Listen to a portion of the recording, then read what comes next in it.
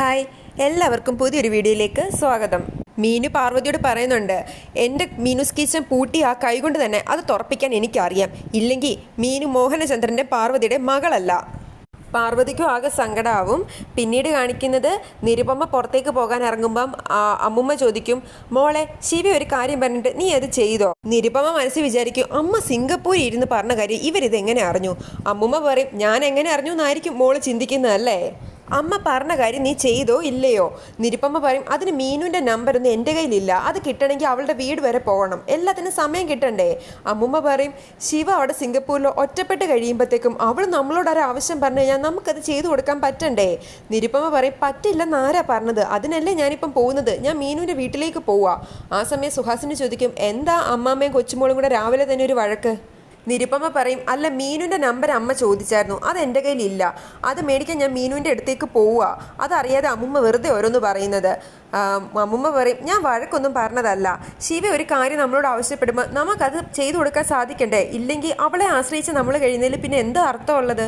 സുഹാസിനി പറയും, അത് അമ്മ പറഞ്ഞത് ശരിയാ മോളെ, മോള് വേഗം തന്നെ മീനുവിൻ്റെ നമ്പർ ഒപ്പിച്ച് ശിവയ്ക്ക് അയച്ചു കൊടുക്കണം. നിരുപമ സംശയത്തോടെ നോക്കുമ്പോൾ സുഹാസിനി പയ്യെ കണ്ണടച്ച് കാണിക്കുന്നുണ്ട്. എന്നാ നല്ലതെന്നും പറഞ്ഞാൽ അമ്മ എവിടെ നിന്ന് പോകും. അന്നേരം നിരുപമ സുഹാസിനോട് പറയുന്നുണ്ട്, എന്തൊക്കെ വന്നെന്ന് പറഞ്ഞാലും ശരി, ഞാൻ മീനുവിൻ്റെ നമ്പർ അമ്മയ്ക്ക് അയച്ചു കൊടുക്കാൻ പോകുന്നില്ല. സുഹാസിനി പറയും, അതെ നീ അയച്ചു കൊടുക്കരുത്. പിന്നീട് കാണിക്കുന്നത് മീനു സൂരജിനെ കാണാൻ ഓഫീസിലേക്ക് വരുന്നതാണ്. സൂരജ് ആ സമയം അവിടെ ഇല്ല. അവിടുത്തെ സ്റ്റാഫ് പറയും, മീനൂസ് കിച്ചൻ്റെ പേരും പറഞ്ഞ് സൂരജ് സാറിനെ കാണാതിരിക്കുന്നതായിരിക്കും നല്ലത്. ഒരാൾ കൈക്കൂലി ഓഫർ ചെയ്തതിന് സൂരജ് സാർ നല്ല രീതിയിൽ പെരുമാറിയ വിട്ടത്. കൈക്കൂലിയോ? ആര് കൈക്കൂലി ഓഫർ ചെയ്തു എന്ന് മീനു ചോദിക്കുമ്പോഴത്തേക്കും അവർ പറയും, നിങ്ങളുടെ കൂടെ മുടിയൊക്കെ വളർത്തിയ ഒരാളില്ലേ, അയാൾ തന്നെ. മീനു മനസ്സിൽ വിചാരിക്കും, ദൈവമേ നാരായണൻ എൻ്റെ നല്ലതിന് വേണ്ടിയാണ് ചെയ്തതെങ്കിലും ഇപ്പം അത് കൂടുതൽ ആപത്തായിരിക്കുവാണല്ലോ എന്ന്. മീനു പറയും, എനിക്ക് പക്ഷേ മീനൂസ് കിച്ചൻ തുറന്നേ പറ്റൂ, അതിനെന്താ വേണ്ടതെന്ന് എനിക്കറിയാം. അവർ പറയും, എന്താ മന്ത്രിതലത്തിൽ ഇടപെട്ട് എന്തെങ്കിലും തീരുമാനം ഉണ്ടാക്കാനാണോ? മീനു പറയും, എൻ്റെ പൊന്ന് മേഡം, എനിക്ക് അതിനുള്ള കഴിവൊന്നുമില്ല, അതിനെ ആശ്രയിച്ച് കഴിയുന്നവരാണ് ഞങ്ങൾ, അത് തുറന്നില്ലെങ്കിൽ ഞങ്ങളുടെ കാര്യം എല്ലാം അവതാളത്തിലാകും. മേഡം പറയും, സൂരജ് സാർ വീട് വരെ പോയേക്കുക ഭക്ഷണം കഴിക്കാൻ, കുറച്ച് കഴിയുമ്പം തിരിച്ചു വരും. എവിടെ? മീനു ചോദിക്കും, എവിടെ സാറിൻ്റെ വീടെന്ന്. പിന്നീട് കാണിക്കുന്നത് സൂരജിൻ്റെ വീടാണ്. അവിടെ നമുക്ക് മനസ്സിലാകുന്നത് സൂരജിന് ഒരു മുത്തശ്ശി മാത്രമേ ഉള്ളൂ. സൂരജിൻ്റെ മുത്തശ്ശനും പാചകത്തിലൊക്കെ നല്ല കൈപ്പുണ്യമുള്ള ഒരാളായിരുന്നു. ഒരു വേലക്കാരിയുണ്ട്. അവർ ഭക്ഷണമൊക്കെ ഉണ്ടാക്കിക്കൊണ്ട് നിൽക്കുമ്പോൾ മുത്തശ്ശി വന്ന് ചോദിക്കുന്നുണ്ട്, എന്താ സ്പെഷ്യലെന്ന്. അവർ മനസ്സിൽ ചിന്തിക്കും, എന്ത് സ്പെഷ്യൽ ഉണ്ടാക്കിയിട്ട് എന്താ കാര്യം, എല്ലാത്തിനും കുറ്റം പറയുന്ന ആളല്ലേ എന്ന്. മുത്തശ്ശി കുറച്ച് അവിയലൊക്കെ കഴിച്ചു നോക്കിയിട്ട് പറയും, ഇതിന് വെളിച്ചെണ്ണ ഒഴിച്ചില്ലേ എന്ന്. അവർ പറയും, ഒഴിച്ചല്ലോ, വേണമെങ്കിൽ കുറച്ചുകൂടി ഒഴിക്കാമെന്ന്. അത് കഴിഞ്ഞ് അവരിങ്ങനെ സൂരജിനെ പറ്റി ഓരോന്ന് സംസാരിച്ചുകൊണ്ടിരിക്കും. അതിൽ നിന്ന് മനസ്സിലാക്കാൻ സൂരജ് ഭക്ഷണ കാര്യത്തിലും ജോലിക്കാര്യത്തിലും എല്ലാം കണിശക്കാരനാണ്. സൂരജിന്റെ വിവാഹം ഇതുവരെ കഴിഞ്ഞിട്ടില്ല. മുത്തശ്ശിയുടെ ഏറ്റവും വലിയ ആഗ്രഹം സൂരജ് ഒരു കുടുംബമായി കഴിയുന്നത് കാണാനാണ്. സൂരജിന് ആരെയും ഇഷ്ടപ്പെടാത്തതുകൊണ്ടാണ് വിവാഹം നടക്കാത്തതെന്ന് നമുക്ക് മനസ്സിലാക്കാൻ സാധിക്കുന്നുണ്ട്. പിന്നീട് കാണിക്കുന്നത് സൂരജ് വരും. മുത്തശ്ശി പിണങ്ങിയിരിക്കുകയാണ്. സൂരജ് പറയും, സോറി അമ്മുമ്മേ, താമസിച്ചു പോയി അതല്ലേ. മുത്തശ്ശി പറയും, എന്നും നിനക്ക് ഇത് തന്നെയല്ലേ പറയാനുള്ളത്? മുത്തശ്ശി കഴിച്ചോ എന്ന് ചോദിക്കുമ്പോൾ അവർ പറയും, ഞാൻ കഴിക്കാനോ? നീ വരാതെ ഞാൻ കഴിക്കുവോ? സൂരജ് ചോദിക്കും, എന്തിനാ എനിക്ക് വേണ്ടി കാത്തിരിക്കുന്നത്, കഴിക്കാൻ മേലായിരുന്നോ? അവർ പറയും, നിനക്ക് വേണ്ടി അല്ലാതെ പിന്നെ ആർക്ക് വേണ്ടിയാടാ ഞാൻ കാത്തിരിക്കുന്നത്? അത് കേട്ട് സൂരജിനും വിഷമാകും. സോറി അമ്മാമ്മേ, ഇനി ഞാൻ സമയത്തിന് എത്തിക്കോളാം, അമ്മാമ്മ കഴിക്കാൻ എടുത്തു വെക്ക്, ഞാൻ കൈ കഴുകിയിട്ട് വരാമെന്നും പറഞ്ഞ് സൂരജ് കൈ കഴുകി വരുമ്പോഴത്തേക്കും അമ്മമ്മ ഭക്ഷണമൊക്കെ എടുത്ത് വെക്കും. ഇന്ന് നിനക്ക് ഇഷ്ടമുള്ള മാമ്പഴപ്പുളിശ്ശേരിയാണ്, നന്നായിട്ട് കഴിക്കും മോനെന്നും പറഞ്ഞ് മാമ്പഴപ്പുളിശ്ശേരി ചോറിലേക്ക് ഒഴിച്ചു കൊടുക്കും. ഒന്ന് കഴിച്ചിട്ട് സൂരജ് പറയും, ഇതിന് പുളി കുറവാണല്ലോ, മധുരം മുന്നിട്ട് നിൽക്കുന്നു. മാമ്പഴപ്പുളിശ്ശേരി എന്ന് പറയുമ്പോൾ മധുരവും പുളിയും സമ നിൽക്കണം. മുത്തശ്ശി പറയും, എൻ്റെ മോനെ, ആ സുധയെ കൊണ്ട് ഞാൻ ഇത്രയെങ്കിലും ഉണ്ടാക്കി വെച്ചല്ലോ, എല്ലാത്തിനും മോൻ ഇങ്ങനെ കുറ്റം പറയാതെ. സൂരജ് പറയും, എൻ്റെ അപ്പൂപ്പൻ്റെ കൊച്ചുമോനല്ലേ ഞാൻ, ഭക്ഷണത്തിൽ ചേർക്കുന്ന കാര്യങ്ങളൊക്കെ കൃത്യമായിരിക്കണം, അതിൽ ഞാൻ കർക്കശക്കാരൻ തന്നെയാ. സാരയില്ല, അടുത്ത പ്രാവശ്യം ശരിയാക്കിയാൽ മതി.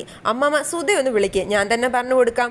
അമ്മമ്മ പറയും, അതിന് സുധ പോയല്ലോ, നിന്നെ പേടിച്ച് ഭക്ഷണമൊക്കെ ഉണ്ടാക്കി വെച്ച് ആ നിമിഷം തന്നെ അവൾ സ്ഥലം വിട്ടു. സൂരജ് പറയും, പണ്ട് അമ്മ വെച്ചുണ്ടാക്കി തന്നിരുന്ന മാമ്പഴ പുളിശ്ശേരിയുടെ സ്വാദ് ഇപ്പോഴും എൻ്റെ നാവിലുണ്ട് അമ്മാമ്മേ. അത് അറിയുന്നിടത്തോളം കാലം ആരെങ്ങനെ ഉണ്ടാക്കി തന്നാലും എനിക്കതിൽ പോരായ്മകൾ കണ്ടെത്താൻ സാധിക്കും. ഞാനത് അറിയാതെ പറഞ്ഞു പോകും. ആ സ്വാദ് പിന്നീട് ഒരിക്കലും എനിക്ക് കിട്ടിയിട്ടില്ല. അമ്മമ്മ പറയും, നിന്റെ അമ്മ എന്തുണ്ടാക്കിയാലും അതിലൊരു പ്രത്യേക സ്വാദ് തന്നെയായിരുന്നു. അതൊക്കെ ഇനി പറഞ്ഞിട്ട് എന്താ മോനെ കാര്യം, മരിച്ചു പോയവരെല്ലാം പോയില്ലേ? സൂരജ് കഴിപ്പ് നിർത്തി എഴുന്നേക്കുമ്പോഴത്തേക്കും അമ്മമ്മ പറയും, നീ ഒന്നും കഴിച്ചില്ലല്ലോ മോനെ. അവൻ പറയും, മതിയായതുകൊണ്ട് അമ്മാമ്മേ, അമ്മമ്മ കഴിക്കേ. അമ്മമ്മ പറയും, കഴിക്കാം, പക്ഷെ വായ്ക്ക് രുചിയായിട്ട് എന്തേലും കഴിക്കാൻ വെച്ച് വിളമ്പി തരാൻ ഈ കുടുംബത്തിലേക്ക് ഒരു മരുമകൾ വരണമെന്ന് അമ്മമ്മ ഒരുപാട് ആഗ്രഹിക്കുന്നുണ്ട് മോനെ. നിനക്ക് ഒരു ജീവിതം വേണ്ടേ മോനെ? എത്ര കാലമാ നിന്റെ കാര്യങ്ങൾ നോക്കാൻ അമ്മാമ്മ ഈ ഭൂമിയിലെ ജീവനോടെ ഉണ്ടാവുക?